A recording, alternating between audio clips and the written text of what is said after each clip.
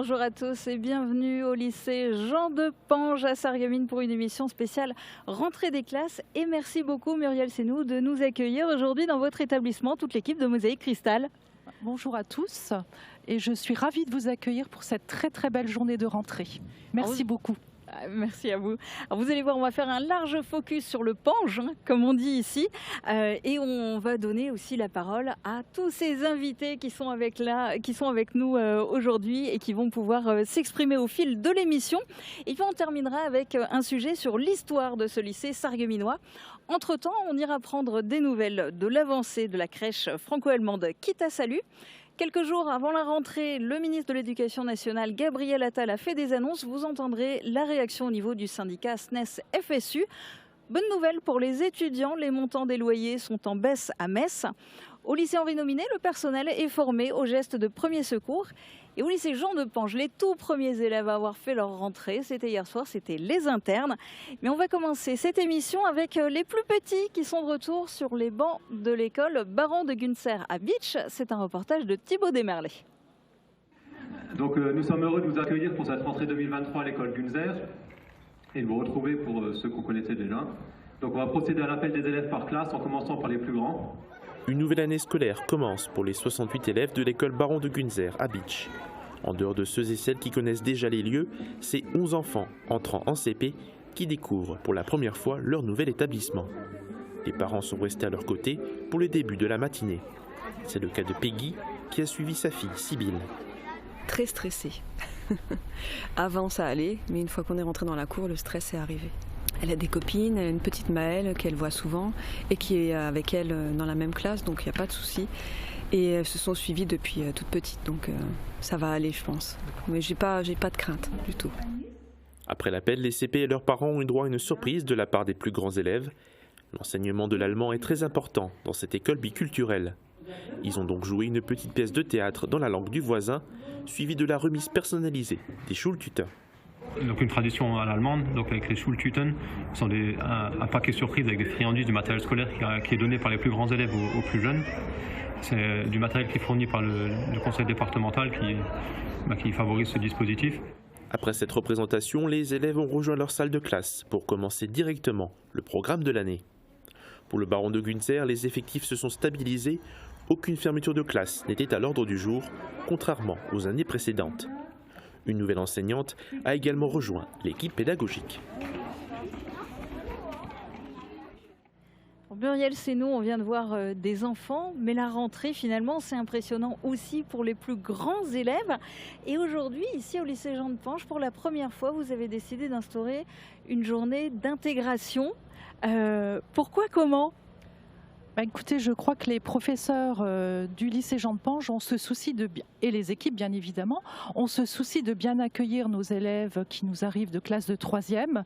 L'objectif était pour nous de faire en sorte qu'ils connaissent bien le lycée, le site, de pouvoir se déplacer aisément sur le site, de connaître aussi les différentes instances du lycée et surtout pour les équipes d'éducation physique et sportive, de mettre en place des ateliers sportifs, parce que comme vous le savez, le sport fédère et donc l'objectif de cette année en relation avec les Jeux paralympiques et olympiques, eh bien, nous souhaitons accorder une place primordiale à l'éducation physique et sportive.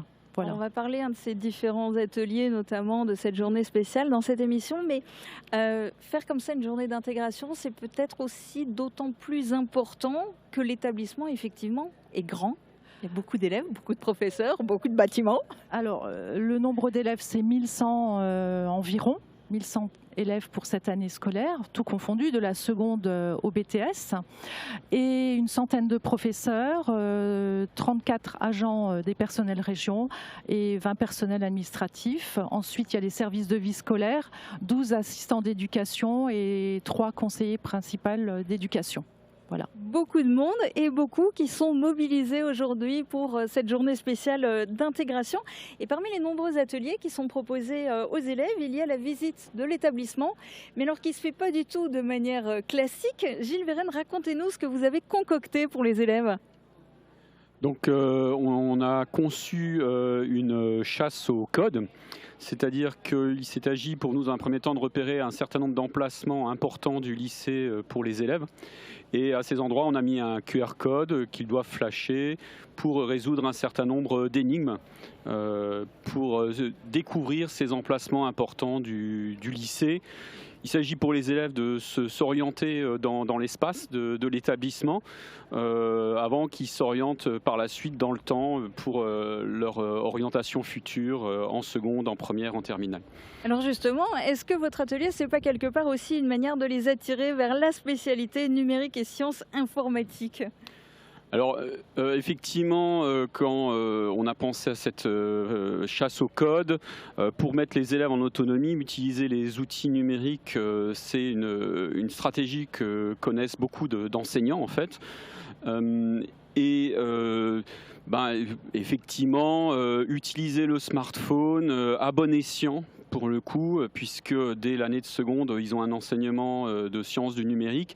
Et pour ceux qui veulent en savoir un petit peu plus sur le fonctionnement, pour ceux qui ont été intéressés par cette chasse au code, ils pourront découvrir comment on conçoit une application dans la suite de leurs études en numérique et sciences informatiques.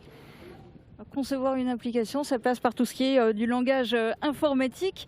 Muriel Senou, il n'y a pas que le langage informatique, il y a aussi l'apprentissage des langues, en particulier des langues vivantes et avec des spécificités ici au lycée Jean de Pange. Oui, effectivement. Alors, au lycée Jean de Pange, nous comptons un dispositif Abibac qui, je le rappelle, prépare au baccalauréat français et allemand, qui a cette vertu, on va dire, de proposer après un parcours étudiant en Allemagne éventuellement ou en France. Donc ils ont un double baccalauréat avec, ce sont surtout les élèves qui sont intéressés par la littérature, la civilisation et la grammaire allemande. Voilà. Il y a aussi des sections européennes ?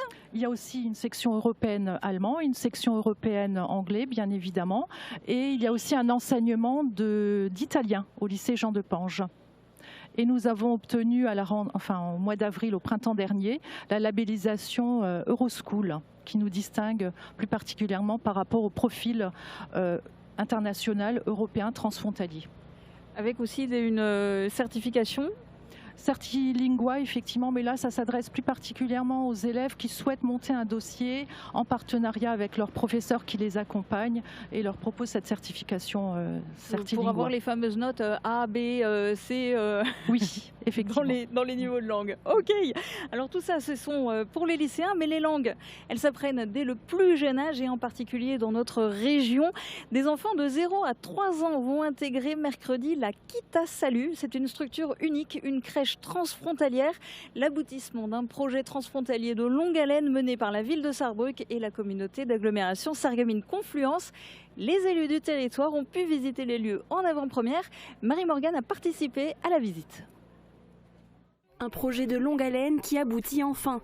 Cette crèche franco-allemande, la communauté d'agglomération Sarreguemines-Confluence et la ville de Sarrebruck y pensent depuis 2016.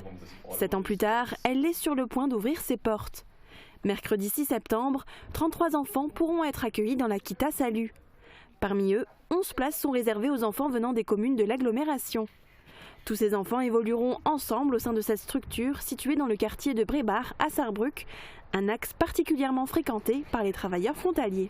C'est un moment historique pour le travail transfrontalier entre Sarrebruck et la communauté d'agglomération Sarreguemines. Mais je pense que c'est aussi un moment historique pour toute la région. Un projet qui veut servir de modèle pour de futures structures en Europe et qui n'a pas été évident à mettre en place de par sa nature franco-allemande. Il a fallu conjuguer les normes des deux côtés de la frontière pour l'accueil des enfants. Par exemple la TVA, parce qu'il va y avoir des flux d'argent qui passent la frontière. Donc voilà, il faut qu'on trouve le meilleur moyen pour les régler. Pour accueillir les enfants de 0 à 3 ans, du personnel franco-allemand a été recruté.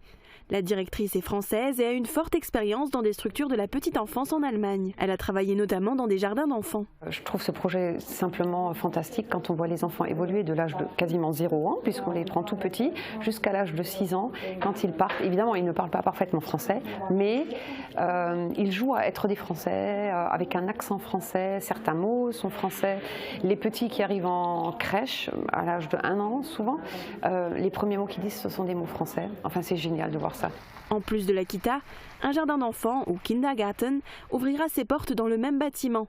Celui-ci accueillera 100 enfants allemands de 3 à 6 ans. A noter que pour la crèche, il reste encore 4 places disponibles pour les petits de l'agglomération de Sarreguemines. Plus de renseignements auprès de la Casque. Et voilà, plus que 2 jours de patience pour les tout petits. Chez les plus grands, certains ont déjà fait leur rentrée hier soir. Je vous le disais en début d'émission, les tout premiers ici au lycée Jean de Pange, c'était les internes. Emilia Zell les a filmés en pleine installation, montage de Guillaume Desmonteil. La rentrée avec un peu d'avance. Hier à 18 h, des premiers élèves ont foulé la cour du lycée Jean de Pange. Inscrits à l'internat, ils découvraient avec émotion l'endroit où ils vont désormais habiter. Oui, plutôt.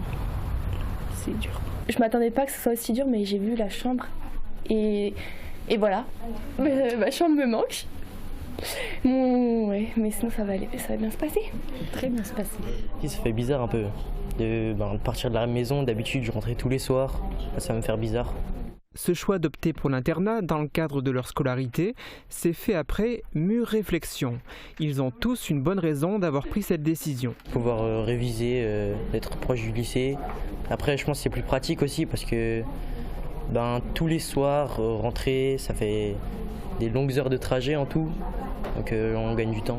J'ai pris l'option Abivac et en fait il y avait à côté de chez moi il y avait aussi une option, mais je me suis dit que c'était plus pratique de venir ici car c'était plus proche de l'Allemagne et du coup c'était plus je pense que j'aurais mieux appris ici du coup. C'est ma mère qui a trouvé le lycée et ça m'a plu. J'ai trouvé des options qui me plaisaient et vraiment il n'y avait que dans ce lycée que j'ai trouvé l'option SL. C'était vraiment une option qui m'intéressait beaucoup vu que j'aime bien les sciences. Il y a un bon club de natation pas loin et ils font une sorte de partenariat avec le lycée. Plus tard j'aimerais bien faire quelque chose dans le sport. Alors vu qu'il y a eu une option dans le foot, moi, je me suis dit c'est une opportunité pour faire plus de sport durant ma scolarité, alors moi je suis venu ici.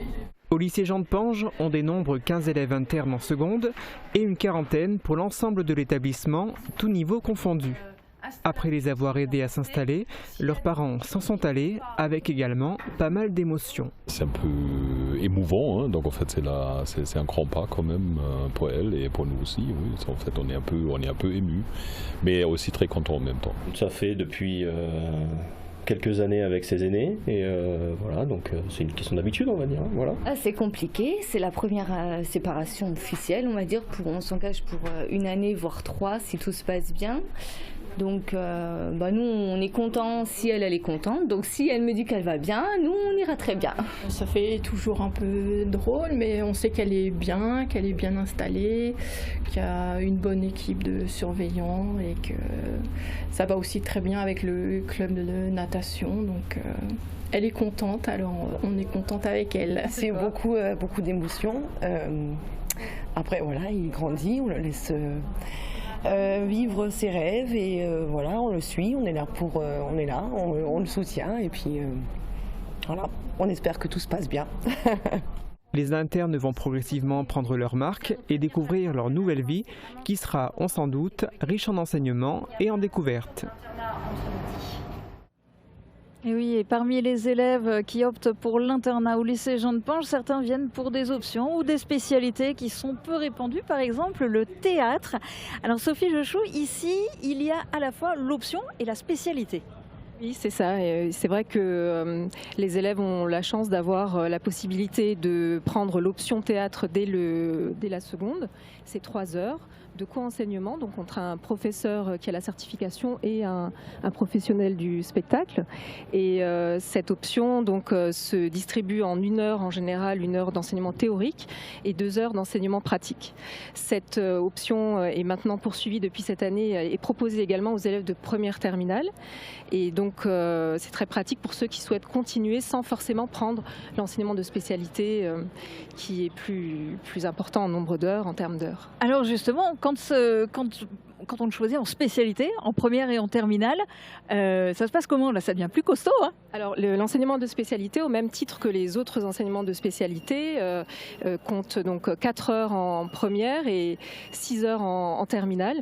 Donc comme on ferait des maths ou des SVT ou de l'histoire géopolitique, voilà, c'est un enseignement qui est complet et qui donne lieu peut-être pour certains à une poursuite d'études dans le monde ensuite artistique, théâtral, ou alors tout simplement pour des élèves qui choisissent des humanités, qui souhaitent travailler dans la communication, ça peut les aider, voilà, dans les 2 domaines, finalement, dans les 2 grands domaines, si je peux dire. Mais ça ne s'adresse donc pas qu'à des futurs comédiens. Non, justement, non. Mais c'est vrai qu'avec, par exemple, l'enseignement des arts théâtraux, l'enseignement supérieur, des techniques et des arts théâtraux, on peut à la fois se former en tant que comédien ou aussi en tant que professionnel dans le monde du théâtre, que ce soit à la technique ou même dans l'administration des théâtres.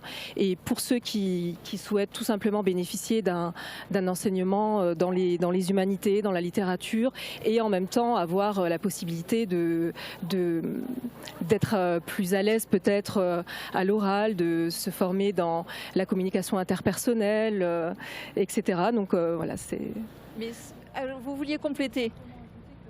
Vous parliez tout à l'heure des langues vivantes. Effectivement, le lycée Jean de Pange a une longue tradition d'ouverture vers l'international et le transfrontalier, mais également est très identifié pour l'option théâtre et l'enseignement de spécialité théâtre. Voilà. Mais alors justement, quand ça devient une spécialité, ceux qui le prennent en spécialité, au bac, ça devient un gros coef du coup? Oui, c'est coefficient 16, voilà, c'est ça. Tous les autres enseignements de spécialité. Donc on peut jouer son bac sur le théâtre? Oui, on peut éventuellement jouer son baccalauréat sur le théâtre. Alors ça a l'air facile comme ça d'accès, mais ça demande quand même beaucoup d'application et de travail sérieux. Voilà. Et aujourd'hui, pour leur donner un aperçu à ces nouveaux élèves qui viennent d'entrer en seconde, vous leur proposez un atelier cet après-midi. Alors parce qu'on ne peut pas leur faire du théâtre comme ça, certains n'ont aucune idée de ce que c'est. Non, justement. Alors l'atelier, c'est déjà pour faire découvrir l'option ou l'enseignement de spécialité pour plus tard, faire découvrir aussi aux secondes le lieu vraiment sympathique que nous avons à disposition. C'est un véritable plateau théâtre qui est dédié à cela et qui jouxte une salle de classe également. On a des vestiaires, voilà, on a vraiment un lieu dédié qui est parfait. Et puis pour leur montrer que finalement le théâtre ce n'est pas simplement se projeter sur un plateau et s'imaginer jouer, mais aussi être à l'aise avec la prise de parole, avec son placement corps dans l'espace et surtout aussi avec l'autre, parce qu'on imagine souvent l'acteur peut-être un peu dans un rôle solitaire, mais finalement le travail de théâtre et de plateau, c'est le travail en groupe, c'est la prise en compte de l'autre, c'est le partage, c'est être généreux sur le plateau et beaucoup d'interactions. Donc ce qu'on leur montrera cet après-midi, notamment à travers différents petits jeux, à la fois sur la prise de parole, la position, la diction, je donne un petit exemple, la respiration ventrale pour essayer de ne pas tout faire porter sur les cordes vocales. Voilà, on va leur montrer des petites choses comme ça et puis faire des petits exercices de jeu en groupe. Voilà, ça se veut ludique. C'est à la fois pour leur montrer les installations et aussi pour leur donner un petit aperçu. Et je leur présenterai l'option et l'enseignement de spécialité que donc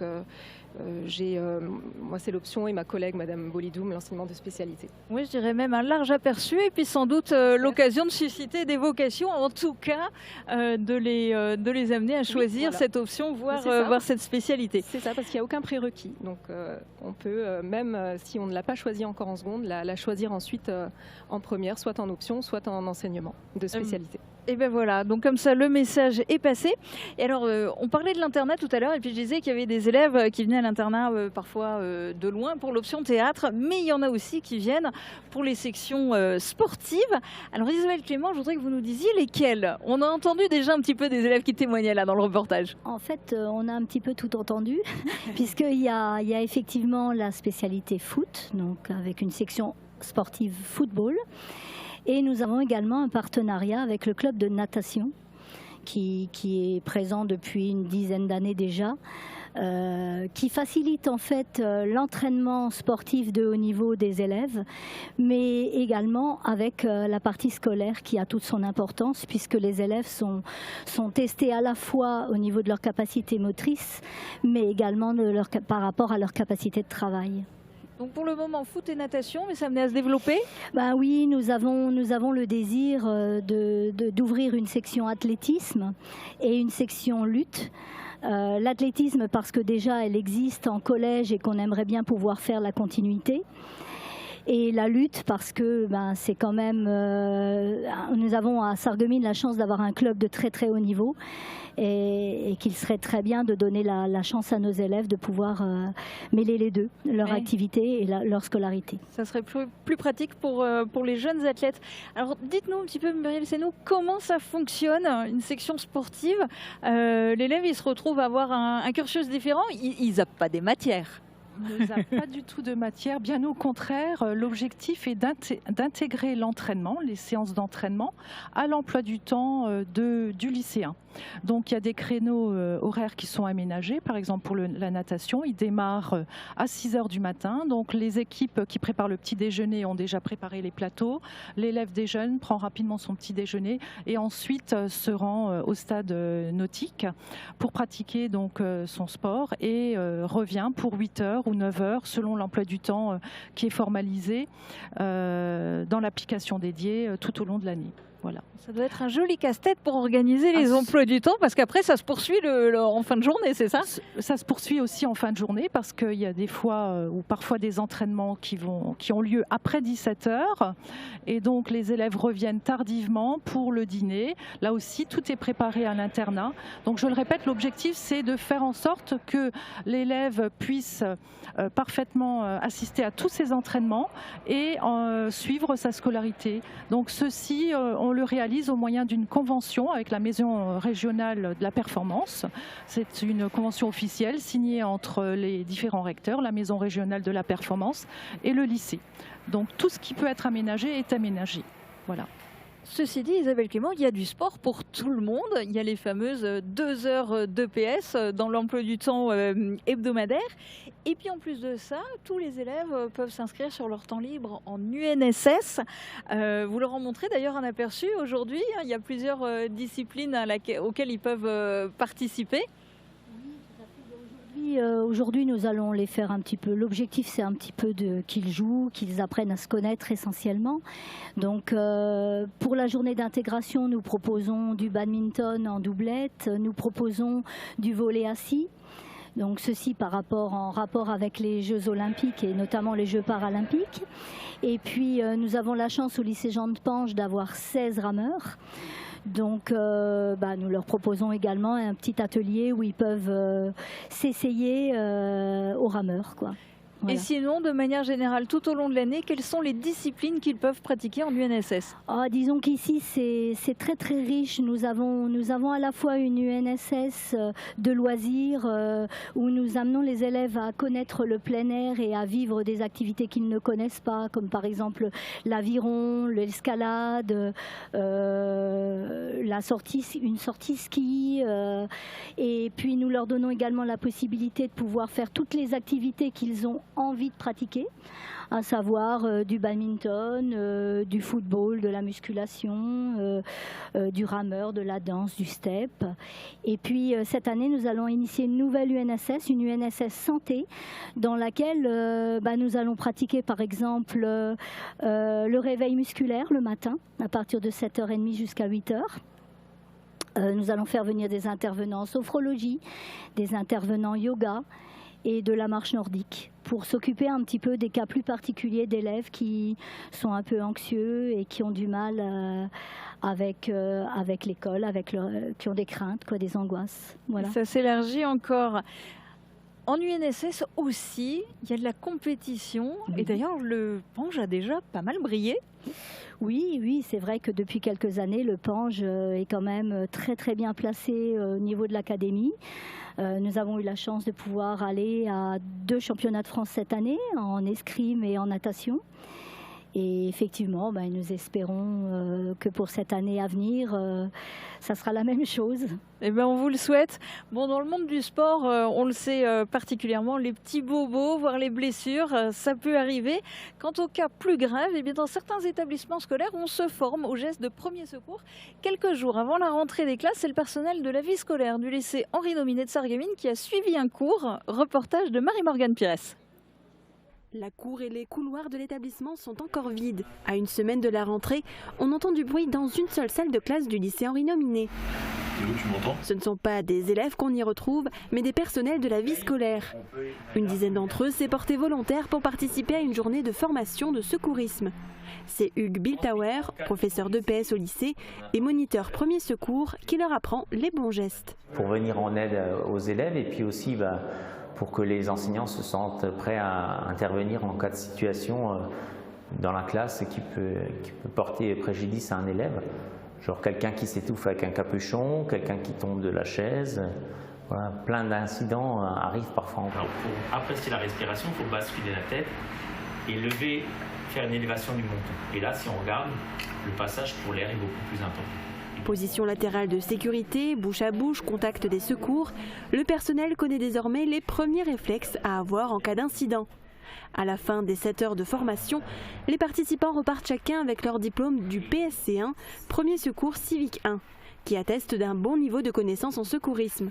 Je suis assistant d'éducation en internat. Je trouve que c'est très rassurant d'apprendre des gestes qui sauvent, parce qu'avec mon collègue, on est seul le soir avec les élèves. On n'a pas forcément toujours une infirmière qui est là. Et quand il se passe quelque chose, si on peut appeler les secours et en même temps gérer la situation, c'est beaucoup mieux. Cela fait plusieurs années maintenant que le lycée de Sarreguemines a mis en place cette dynamique autour du secourisme. En plus du personnel de la vie scolaire, les enseignants pourront également participer à une session au cours de l'année. Au mois de juin, ce sera au tour des élèves volontaires d'avoir l'opportunité de passer le diplôme. Cette action permet de sensibiliser l'ensemble de l'établissement aux notions d'entraide et de solidarité. C'est pour ça que vous allez placer vos mains tout à l'heure. Au lycée Jean de Pange, la spécialiste des premiers secours, si je puis dire, c'est vous, Céline Henrich, en tant qu'infirmière scolaire. Mais finalement, ces formations premiers secours, ici aussi, il y en a.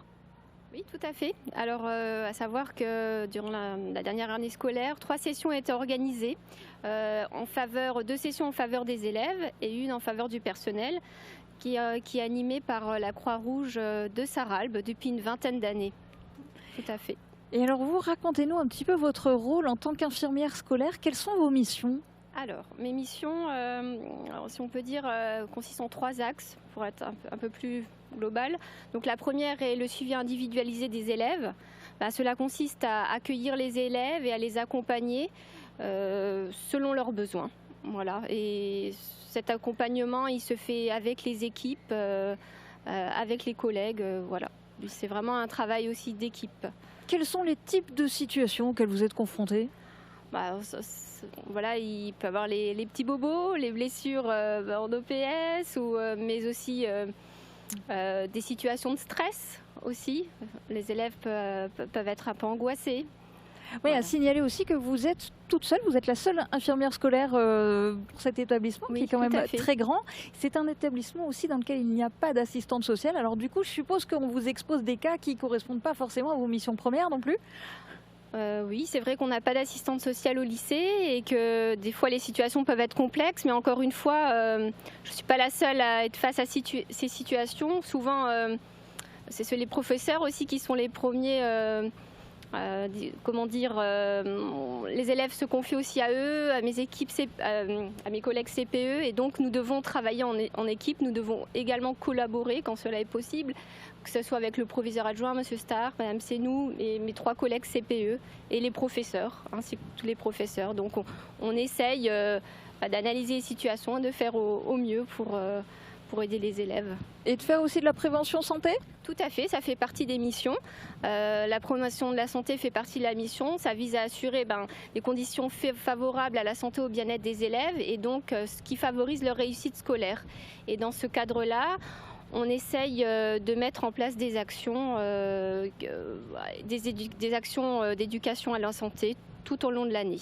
Tout au long de l'année. Ok.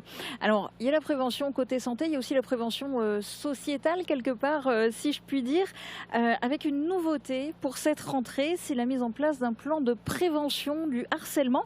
Et ça, Muriel Hénaud, c'est vous qui en êtes chargée. Alors en fait, une nouveauté, oui, mais en même temps, cela fait déjà plusieurs années que l'on travaille au lycée sur ce qu'on appelle le non au harcèlement. Et cette année, le dispositif phare, qui est donc un plan de prévention du harcèlement, va être étendu à tous les lycées. C'est une priorité pour l'année scolaire, comme tout le monde a pu l'entendre dans les médias. On va en profiter aussi pour montrer votre affiche en même temps. Non au harcèlement ? Oui, alors l'affiche en fait c'est le fruit du travail de nos élèves qui sont très actifs. Nous avons un groupe d'ambassadeurs dans la lutte contre le harcèlement scolaire. Et l'année dernière, pour la deuxième ou troisième fois déjà, les élèves ont travaillé sur le concours non au harcèlement. Et le lycée a été lauréat dans la catégorie lycée pour l'académie Nancy-Metz. Donc et dans la catégorie affiche, voilà, avec cette affiche 2023. Donc le fruit du travail des élèves. Donc nous les accompagnons avec l'infirmière, avec des assistants d'éducation. Et cette année, nous allons élargir le groupe, former un véritable groupe de travail avec des enseignants également, avec tous les personnels désireux et soucieux de se préoccuper, de travailler sur la lutte contre le harcèlement scolaire. Donc un projet qui prend de l'envergure. Le harcèlement, c'est l'un des thèmes qui a été évoqué par le ministre de l'Éducation nationale, Gabriel Attal, en conférence de presse. Quelques jours avant la rentrée, il a fait plusieurs annonces, notamment concernant le bac. Du côté des syndicats enseignants, le sentiment est mitigé. Je vous propose d'écouter une réaction au micro de Colline L'Expert. Beaucoup de choses ont été annoncées, notamment sur le bac, où il y a effectivement un premier recul qui était une demande forte de la part des personnels, parce que effectivement le bac, les réformes qui ont été menées par Blanquer sont un échec et n'étaient pas du tout en attente avec la réalité de terrain, avec effectivement donc ce report au mois de juin, qui est une première étape seulement. Effectivement, le ministre a eu le courage d'annoncer que la réforme avait échoué, mais le courage n'a été fait qu'à moitié. C'est une remise à plat totale de cette réforme qu'il faut faire, car elle accroît la sélection et elle ne permet pas de préparer correctement les élèves à l'enseignement supérieur. Je pense qu'il faut revenir, effectivement, déjà décorréler la question du bac de la question de Parcoursup et de l'orientation, et revenir à un examen terminal avec des épreuves nationales et anonymes, et plus ces épreuves et ce contrôle continu qui, en fait, accroît en fait, la sélection en fonction du type d'établissement et pas en fonction du vrai travail de l'élève.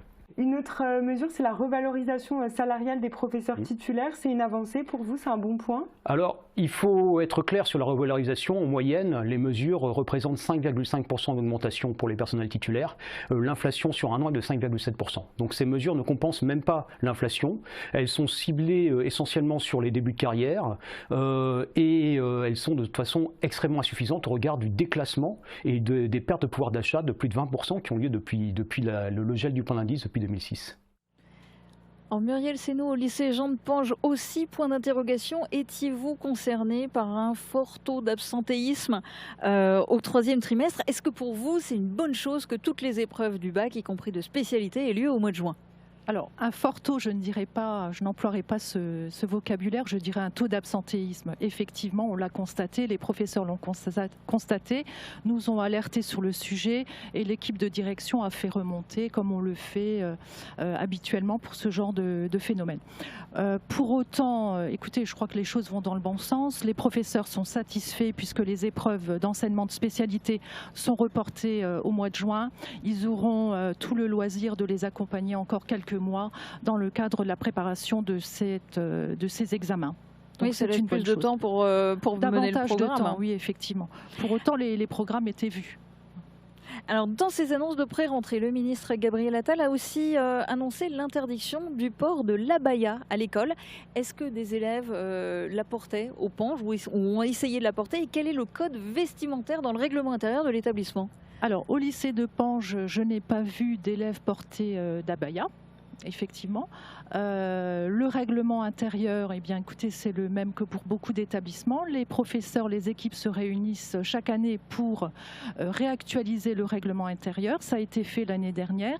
Et ce que l'on demande aux élèves, bien évidemment, c'est comme tout emploi dans le secteur professionnel ou dans le milieu privé et professionnel, c'est-à-dire d'avoir une tenue appropriée aux activités en laboratoire, appropriées pour effectuer les séances d'éducation physique et sportive et appropriées pour être présentable, j'utiliserai ce vocabulaire, devant un adulte et devant des camarades de classe. Après, c'est une question de définition et de point de vue, et je suppose que ça doit donner du fil à retordre à tout le personnel et aussi aux surveillants et aux CPE. Alors, je me tourne vers vous parce que Muriel Hénaud, en tant que CPE, vous êtes aussi à devoir gérer les instances du lycée et le CVL. Aujourd'hui, il y a par exemple un atelier éco-citoyenneté qui est proposé aux secondes. Est-ce que pour vous, c'est aussi l'occasion d'aborder toutes ces thématiques avec les nouveaux élèves ? Alors aujourd'hui, nous avons effectivement proposé aux élèves de seconde de rencontrer non seulement les CPE, des assistants d'éducation, mais aussi des élèves, notamment de terminale, qui ont bien voulu participer aujourd'hui et informer les nouveaux élèves de seconde sur les différentes instances lycéennes. Alors, dans les instances lycéennes, effectivement, nous avons le Conseil de la vie lycéenne qui est un organe très important de la représentation des élèves au lycée et de la participation des élèves, de leur engagement. Car le Conseil de la vie lycéenne est une instance qui permet aux élèves de s'exprimer, de participer aux décisions, aux projets du lycée et aussi de participer à la gestion, on va dire, dans tous les sens du terme, du lycée, puisque les élèves du Conseil de la vie lycéenne peuvent se présenter aux élections du Conseil d'administration, ce qui est également très important et qui apporte beaucoup aux élèves. Donc nous les avons informés, nous les avons sensibilisés à l'importance de cette représentation. Les élèves ont expliqué un petit peu comment ça fonctionne. Nous avons essayé de les inciter à venir s'inscrire déjà pour participer aux futures réunions. Et nous leur avons également parlé, comme on l'a dit tout à l'heure, des plans de prévention de lutte contre le harcèlement et également de la maison des lycéens. La maison des lycéens, donc c'est l'instance, on va dire, associative des élèves qui travaille en chœur avec le conseil de la vie lycéenne pour mener à bien des projets, les financer. Voilà, et permettre aux élèves de s'engager, d'organiser des choses, de proposer quelque chose de différent. Beaucoup de choses en perspective, ils vont avoir l'occasion encore de découvrir tout ça au fil de leur scolarité. On va maintenant s'intéresser à une bonne nouvelle pour un certain nombre de vos anciens élèves et c'est une belle surprise pour les étudiants de Metz. Les loyers de la ville sont en baisse de moins 3,75% selon les calculs de l'UNEF. On fait le point avec Lucie Philippot. L'UNEF, l'Union nationale des étudiants de France, dévoile son classement des villes universitaires. Au niveau national, en moyenne, les étudiants déboursent 570 € et 60 centimes pour leur loyer mensuel. Bonne surprise pour les étudiants de Metz, puisque les loyers de la ville sont en baisse de moins 3,75%. Sur un panel de 47 villes étudiantes, du plus cher au moins cher, Metz se classe 30e. Son coût de la vie est estimé à 1 098 € et 38 centimes. Cependant, son coût des transports, lui, a augmenté, se plaçant 4e avec plus 9,8%. L'UNEF demande d'ailleurs au gouvernement d'accorder une allocation d'autonomie aux étudiants à hauteur du seuil de pauvreté. On a pris la température des loyers et du coût de la vie étudiant. On va maintenant prendre la température du ciel. Voici les prévisions de Météo France pour demain. Couverture, crépissage, peinture et isolation. Avec Moder Habitat, votre maison sera belle et confortable par tous les temps.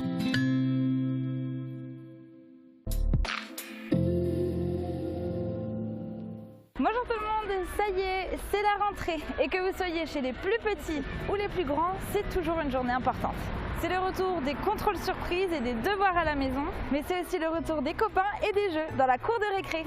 Et pour les parents, c'est plutôt le retour du travail et des bouchons le matin sur la route. Mais vous savez quoi? C'est aussi le retour du soleil et ça fait plaisir. On va retrouver demain un temps estival avec un grand soleil dans un ciel bien dégagé et des températures allant de 15 à 16 degrés pour les minimales et 29 à 31 degrés pour les maximales. Demain, nous fêtons les Raïssa et il fera jour de 6h57 à 20h10. Passez tous encore une très belle journée et à demain. L'Euroclassique 2023 présente 12 France en concert. Pauline Haas à la harpe et Marie-André Jeuger à l'accordéon, le dimanche 10 septembre à 16h à la chapelle Saint-Michel à Nouzvillers-les-Beach. Dans ce duo inédit, les deux artistes explorent un répertoire post-romantique, mêlant avec virtuosité les sons et les univers de Ravel, Fauré, Michel Legrand ou encore Georges Bizet. Prévente à l'accueil de la communauté de communes du Pays de Beach et sur ticket-régional.fr. Billets en vente également le soir à la caisse. La saison culturelle de Sarreguemines vous invite à de nouvelles rencontres pleines d'émotions dès le 3 octobre. Au programme, près d'une vingtaine de spectacles aux univers variés, tels que danse, musique, humour, clown ou encore théâtre, en compagnie d'artistes de renom. Christophe Willem, Antonia Doré-Dinger, Thomas Croisière, Electro Deluxe ou encore Florent Père. Infos et réservations sur www.sarreguemines.fr. Ouverture de la billetterie à partir du vendredi 8 septembre dès 16h en ligne, par courrier ou sur place en mairie lors des 2 journées de lancement, ainsi qu'à l'Office de tourisme. Le roi des vins est à Stirin-Vendel. Faites votre choix parmi plus de 3500 références de vins. Une large gamme d'alcool et de spiritueux. Et des idées cadeaux pour toutes les occasions. Nouveau, la cloche. Faites-vous plaisir avec une grande variété de fromages d'une provenance 100% artisanale. Le roi des vins à Stirin-Vendel, le temple des gourmands et des gourmets. Et si vous rejoignez le Mibel Group?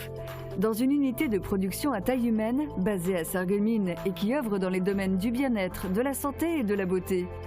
Vous souhaitez piloter la fabrication de nos produits? Vous êtes appliqué et méthodique?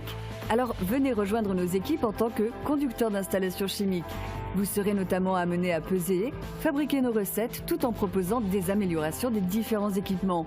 N'hésitez pas à postuler en envoyant votre candidature à rh.ondal@mibelgroup.com.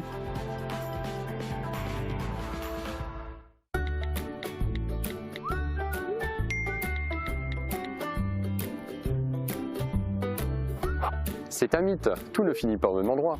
Les déchets résiduels des sacs bleus sont transmis vers des usines de valorisation thermique, alors que les emballages, eux, sont envoyés vers le centre de tri de Chavelot, dans les Vosges, pour être triés et ensuite recyclés. Ici, à Métavalor Morsbach, les biodéchets triés dans les sacs verts sont envoyés en méthanisation. Le biogaz produit est transformé en électricité, en chaleur et en biométhane. Les recettes de la revente du biogaz et de l'électricité permettent de mieux maîtriser la facture du contribuable. Et avec des boîtes de conserve, on peut fabriquer des boules de pétanque ou des cadres de trottinette. Ou encore avec 10 bouteilles d'eau, on fabrique mon pull polaire. Le tri évolue.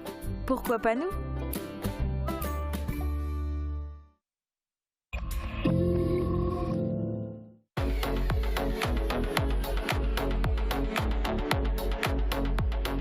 Cette semaine, dans le cadre, je reçois une artiste exceptionnelle. Passée de l'ombre à la lumière en 2008, après un passage dans une émission de télé-crochet, elle a essuyé beaucoup de critiques, mais elle revient plus forte et plus resplendissante que jamais. C'est Cindy Sander. Quand il me prend dans ses bras, il me parle tout bas, je vois la vie en rose. Il me dit des mots d'amour, des mots de tous les jours, et ça me fait quelque chose. Il est entré dans mon cœur une part de bonheur dont je connais la cause. C'est lui pour moi, moi pour lui dans la vie. Il me l'a dit, me l'a juré pour la vie. Cindy Sander grandeur sur la scène du cadre. C'est à découvrir ce jeudi sur Mosaïque Cristal. Soyez au rendez-vous. Et on continue notre émission spéciale de rentrée au lycée Jean de Pange à Sarreguemines. Mais savez-vous que cet établissement ne s'est pas toujours appelé comme ça et qu'il n'a pas toujours été à cet endroit? Eh bien, vous allez le découvrir, d'autant que ce lycée est le plus ancien établissement secondaire de Sarreguemines. Emmanuel Kraus, président de l'Amicale des Amis du lycée, nous raconte cette histoire. C'est une réalisation signée David Aurès. Le lycée Jean de Pange. L'établissement porte ce nom depuis 1976, en hommage à un historien et écrivain du début du XXe siècle. 1976 et pourtant, l'histoire de l'établissement prend son origine bien avant, au début du XIXe. Une double naissance puisque l'ouverture de cette école marque également le point de départ de l'enseignement public secondaire à Sarreguemines en 1804. Voici une nouvelle histoire d'histoire.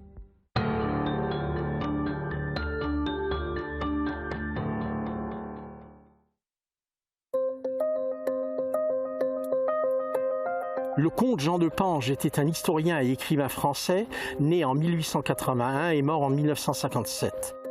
Il mena des études de lettres et de droit et fut élève à la célèbre école des Chartes. Sa vie fut un combat pour l'union des peuples d'Europe et la lutte contre toutes les formes de totalitarisme. Ami de Robert Schuman, il fut l'un de ceux qui portèrent l'idée européenne. Jean de Pange a donné le nom à ce lycée.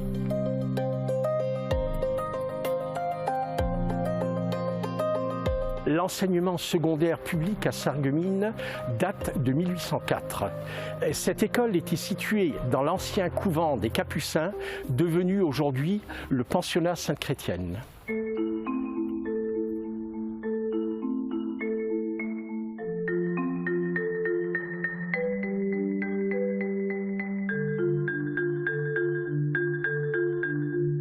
Ce collège est devenu trop petit à présent.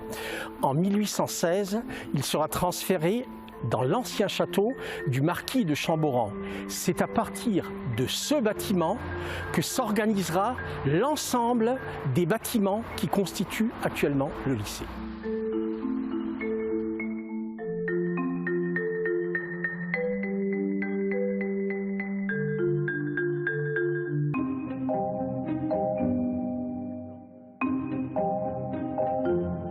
À l'emplacement de cette cour et de ces bâtiments se trouvaient les jardins du château, considérés comme les plus riches et les plus splendides de la région, comme le montre ce plan.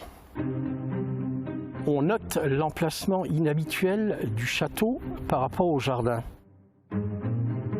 Le marquis de Chamboran espérait être au plus près de la route de Putelange, aujourd'hui rue de la Montagne, si le duc du Palatinat de Pont venait à y passer.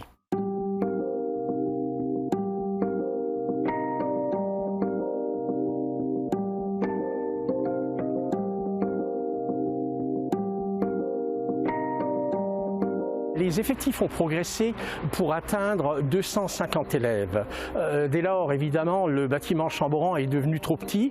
On construit alors le bâtiment qui se trouve derrière moi, appelé aujourd'hui Berthelot. Il est inauguré en 1898 et est considéré comme le cœur du lycée.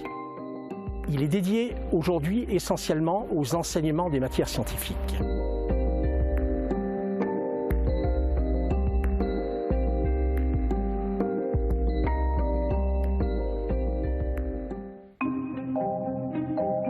Dès juillet 1898, c'est-à-dire avant même l'inauguration, qui n'aura lieu qu'en septembre, le Sarregueminer Zeitung a émis la critique que les locaux du rez-de-chaussée seraient sombres, froids et humides, sous prétexte que la cour de devant était plus haute que le parterre du rez-de-chaussée en question.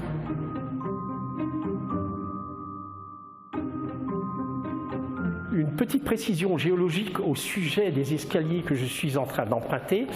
Ils sont faits de la même roche que ceux des accès au quai de la gare de Strasbourg, probablement issus d'une carrière vosgienne.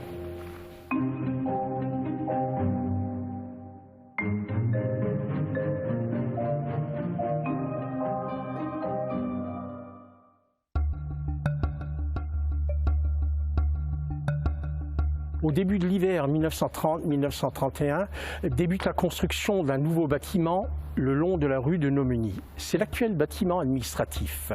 Il rappelle le style du château du marquis de Chamboran. Il est inauguré le 21 novembre 1932.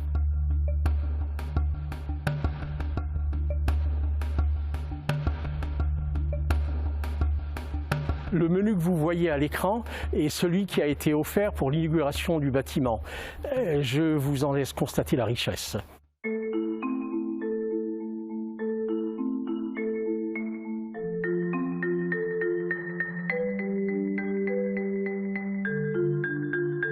Derrière moi se trouve le bâtiment Descartes, qui a été l'ancien collège de jeunes filles. L'établissement se situait initialement au niveau du 23 rue Poincaré actuel. En 1914, le bâtiment ne convenait plus à l'utilisation d'une école à cause de la proximité de la faïencerie dont la fumée envahissait les salles. Il fallait construire une nouvelle école. Le déménagement dans les locaux de la rue de Nomeny, future rue du lycée, a dû se faire en 1919-1920. La fusion des deux établissements ne se fera qu'en 1953. On le voit clairement sur cette photo, les deux établissements étaient séparés par un mur qui existera encore à l'époque du petit lycée.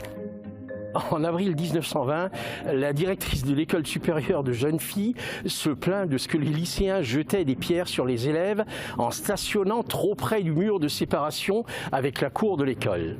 Mais le proviseur a répondu qu'il avait prévu que des incidents allaient se produire à l'encontre de la discipline et de la moralité, et ce, à cause du mur de séparation et de la proximité des deux bâtiments.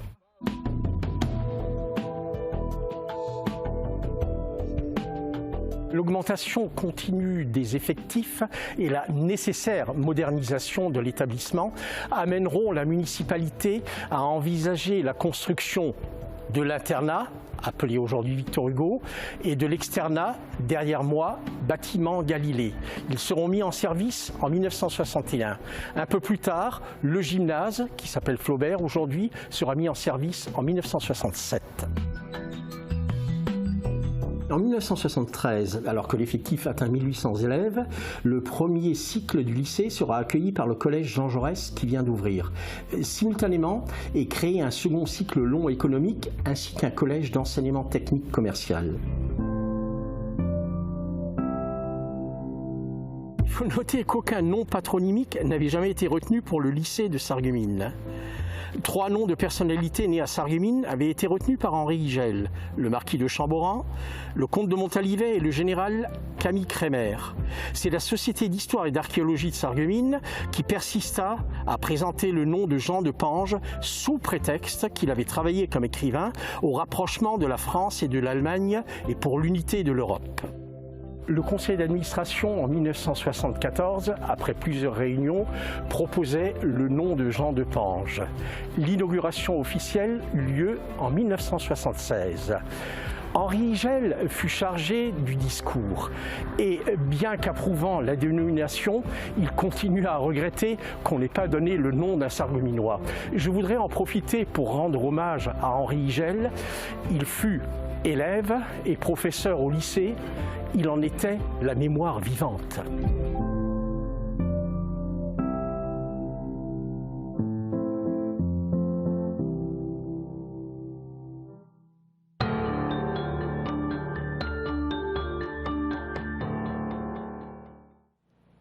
Et une nouvelle page de l'histoire du lycée Jean de Pange se tourne avec vous, Muriel Sénou, puisque vous êtes la toute première femme à être proviseure de ce lycée. Il était temps que ce soit une femme ?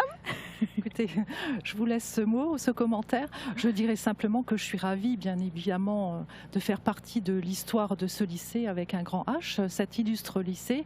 Et je me dis que je participe un petit peu à la construction européenne, à tout ce que mes prédécesseurs ont engagé, avec beaucoup de bonheur et de plaisir. Voilà. Et je rappelle que ce n'est que votre deuxième rentrée ici.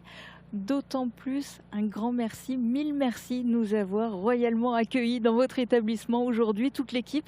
Un très grand merci aussi à tous les participants de cette émission. C'est pas toujours facile, en plus un jour de rentrée, de venir s'exprimer en direct à la télé. Merci beaucoup et bonne rentrée à tous. Mosaïque Cristal aussi fait sa rentrée et on vous donne rendez-vous demain pour une toute nouvelle émission, le Clubhouse, avec David Orès et Morane Grandcola aux manettes de cette émission 100% sport. Très bonne journée à tous.